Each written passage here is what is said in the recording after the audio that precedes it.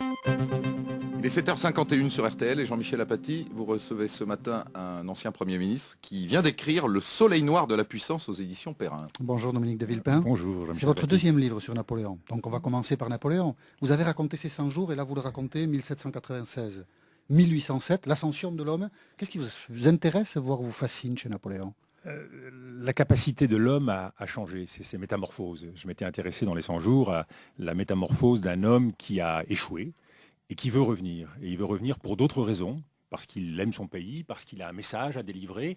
Et pendant le temps de son séjour à l'île d'Elbe, il a profondément changé. Là, c'est une autre métamorphose qui s'opère en direct lors de l'ascension, la conquête du pouvoir. Eh bien, on voit cet homme, qui est un homme à double face, on voit cet homme peu à peu grignoter, y compris physiquement, par le pouvoir, par la responsabilité, et on voit comment l'ivresse le gagne et le saisit. Mais ce que je veux montrer, c'est que cet effet pervers du pouvoir, ce soleil noir de la puissance, n'est pas quelque chose qui vient tard, c'est quelque chose qui commence tôt. C'est dans les gènes de l'aventure napoléonienne. Et on le voit dès l'enfance, à travers l'apprentissage, quand il arrive à Autun, à Brienne, à travers l'exil, à travers l'humiliation qu'il ressent comme jeune dans ce collège, où il dit à son ami Bourrienne, dès le début, à tes Français, je leur ferai tout le mal que je pourrais. Donc l'humiliation, les blessures. C'est un homme qui traverse au moment de la Révolution des épisodes très difficiles. On le voit à Toulon où il manque d'être tué. On le voit lors de Thermidor où il connaît une épreuve aussi très forte. Et bien dans tous ces moments-là, il ressent la solitude, il ressent l'inquiétude et il ressent la peur, qui pour moi est un des grands ressorts de l'homme au pouvoir. La peur des conspirations. Et là, il y a des épisodes étonnants en 1800 lors de l'attentat de la machine infernale, en 1804 lors de la conspiration Pichegru-Moreau-Cadoudal. On voit cet homme battre les buissons en disant on veut m'abattre comme un chien. Vous en parlez avec passion, vous en parleriez pendant toute l'interview. Volontiers. Le récit est brillant, on va le conseiller à tous les auditeurs d'RTL ce matin. Nicolas Sarkozy a réussi sa métamorphose? Eh bien écoutez, il réussit à montrer à quel point son énergie et sa volonté sont omniprésente, j'emploie un terme d'Alain Duhamel, et ça c'est très important parce que notre pays, mais ça nous le verrons quand les résultats seront là. Parce que la métamorphose de l'homme au pouvoir, c'est la capacité à un moment donné d'apporter à un peuple ce qu'il attend, de répondre aux attentes d'un peuple. Donc c'est une rencontre, c'est pas une métamorphose individuelle. C'est comme en amour. C'est une métamorphose qui suppose qu'on aille à la rencontre de l'autre et qu'on écoute l'autre. Donc il faut une interaction. Quand vous dites ça, Dominique de Villepin, vous le dites avec votre autorité d'ancien Premier ministre, on a l'impression que vous en doutez. Et de la réussite de la métamorphose et des résultats. C'est exactement l'inverse. Non seulement je n'en doute pas, mais je le souhaite. Et c'est parce que je le souhaite que je souhaite aussi que dans le débat démocratique national, on aide à cette métamorphose. On fasse en sorte que toutes les forces de la nation puissent être tendues vers l'objectif qui nous permettra d'avancer. Pour avancer, il faut des débats. Il faut une capacité à se remettre en question. La clé de la politique, c'est la question. Si on se pose les questions après l'action, on échoue. Moi, je l'ai vécu comme Premier ministre. Il y a une menace permanente autour du pouvoir, d'isolement, de courtisanerie.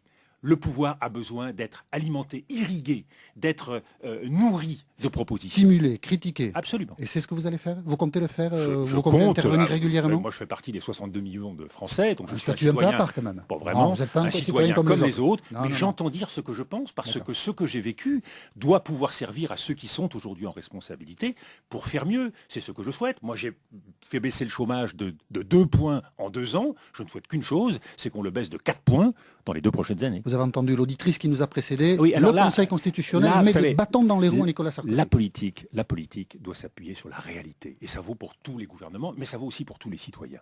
Il y a un principe incontournable dans notre pays, qui est le principe de non-rétroactivité des lois. Tout le monde le Conseil, oui, mais tout le monde le sait. Eh bien, exactement. Donc on ne peut pas faire reproche à Jean-Louis Debré et au Conseil constitutionnel de faire respecter la Constitution. Tout le monde le sait et nul n'est censé ignorer la loi. Il faut faire le reproche au gouvernement d'avoir écrit une loi rétroactive. Mais le gouvernement a eu une bonne intention, mais dans l'application et la rédaction de la loi, on n'a pas pris en compte ce principe. Donc on doit promettre des choses aux Français, mais ces choses doivent être réalisables. Vous vous étiez engagé, Dominique de Villepin, au début de 2006 à la fusion Suez, Gaz de France, et puis 18 mois après, le projet n'a pas abouti et maintenant on dit probablement il ne se fera pas parce que les dirigeants de Suez en ont un peu ras la casquette de ce projet. Moi, qui n'aboutit pas. Qu'est-ce que vous en pensez? j'ai laissé avec Thierry Breton, en quittant Matignon, et bien sûr le président de la République, un dossier ficelé. Nous avions préparé une fusion entre deux entreprises, deux très belles entreprises qui permettaient à la France d'être un leader mondial sur le marché gazier. Et nous partions d'une idée simple, c'est que dans le monde d'aujourd'hui, on a besoin de concentrer ses forces. Ce choix, on l'a mis sur la table parce qu'il y avait une échéance au mois de juillet qui était l'ouverture du marché de l'énergie. Le gouvernement, le président de la République doivent faire leur choix. Je comprends très bien qu'il puisse y avoir des alternatives, je comprends très bien qu'on puisse réfléchir à d'autres propositions, mais en tout cas de cause, ce qu'on n'évitera pas, c'est de faire un choix. Vous regretteriez que ça ne se fasse pas? Mais nous avions pensé que c'était le meilleur choix pour la France, mais si le président de la République et François Fillon estiment qu'il y a d'autres possibilités, écoutez, moi je serais ravi. Ce que je veux, c'est le meilleur pour mon pays. L'affaire Clearstream continue de vous poursuivre, Dominique de Villepin. Vous avez dit que vous répondrez au juge de la la justice. Je ne revendique aucun privilège, et quand aucun avantage. Et quand on lit la Constitution, article 68.1, il est écrit que les membres du gouvernement sont jugés par la Cour de justice de la République. Oui, donc la Constitution vous fait obligation d'aller devant la Cour de justice de la République. Oui, mais ça, c'est pas une décision qui m'appartient. Moi, on me demande de répondre à la justice. Moi, je réponds. Vous savez, mais vous dites que vous avez agi comme ministre dans l'affaire Clearstream. J'ai agi comme ministre. Mais à partir du moment où la justice me demande de répondre, je réponds. Je ne revendique aucun avantage. Moi, je suis vraiment soucieux. C'est un avantage d'être jugé par la Cour de justice de la République? En tout cas, ça l'est peut-être. Moi, ce que je veux, c'est que la vérité apparaisse rapidement. Vous savez, moi, je suis blessé dans cette affaire.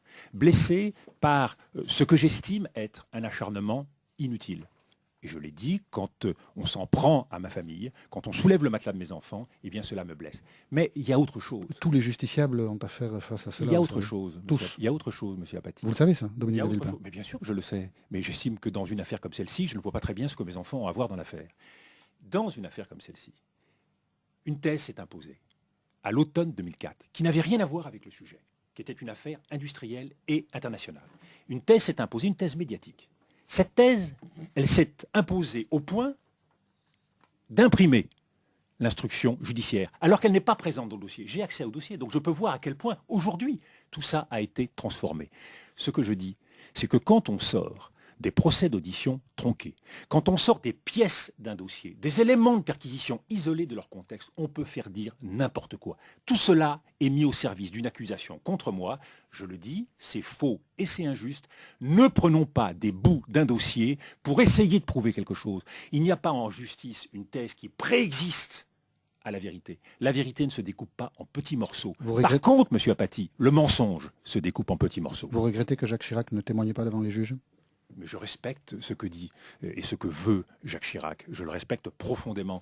Et ce que je vous dis, moi, c'est que la vérité apparaîtra et qu'il apparaîtra que ce dossier n'est pas un dossier de rivalité politique. C'est une construction. Dominique de Villepin, le soleil noir de la puissance chez Perrin, c'était Napoléon. On a aussi parlé d'autre chose. Oui, m'a semblé. Vous auriez fait un bon historien, Dominique de Villepin. Oui, mais vous savez, c'est un bonheur de tous les jours, l'histoire. Il faut s'en inspirer. Bonne journée. Merci. Merci, bonne journée à tous les deux.